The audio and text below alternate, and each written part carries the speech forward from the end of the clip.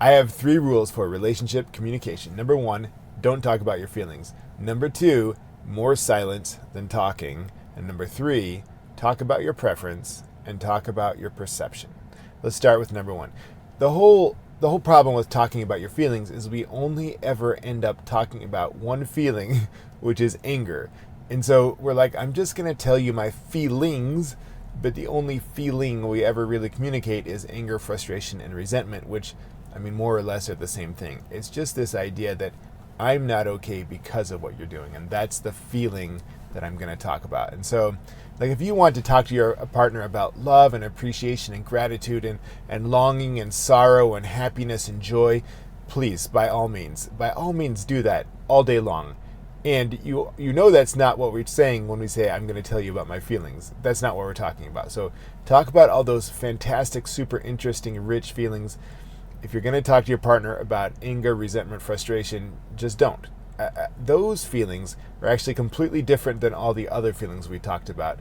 Those feelings are designed to control and manipulate people. And so if you're talking to your partner about your anger, your frustration, resentment, it's not going to go well because you're trying to manipulate your partner and it will not work. Okay, let's move on to number 2. Number 2 is just that when you're having a conflict, you need to have more silence than speaking. And there's a simple reason for that. The reason is it takes a little bit of time to figure out something worth saying.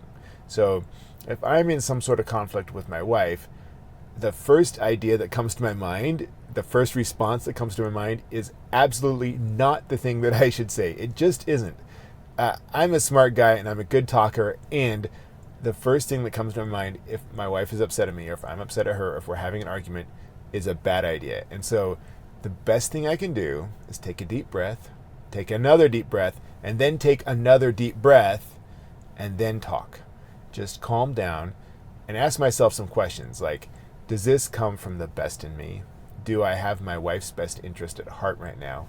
Am I on her side? And am I trying to say something to make her feel bad? Now, sometimes it's okay to make someone feel bad. That's not the point.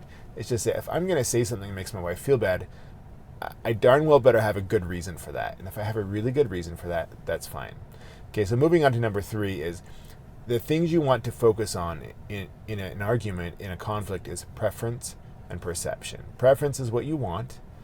Perception is what you see. So this is how I see you. This is how I see me. This is what I want.